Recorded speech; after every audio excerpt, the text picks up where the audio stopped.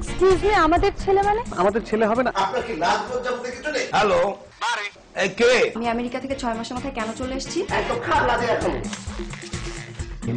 মারে ব্যথা পান? আপনি মেয়ে কি বাড়ি পাহাড় দিবেন? আপনার ঘাটটা যে কাপ, এই কাপটা কেন জানেন? পিন্টু মারা গেছে। পিন্টু কি আপনার ভাই? না স্যার, বিলাই। এটা তুমি কি বললা? আপনি তারপর বলবেন? আপনি বলতে পারবেন?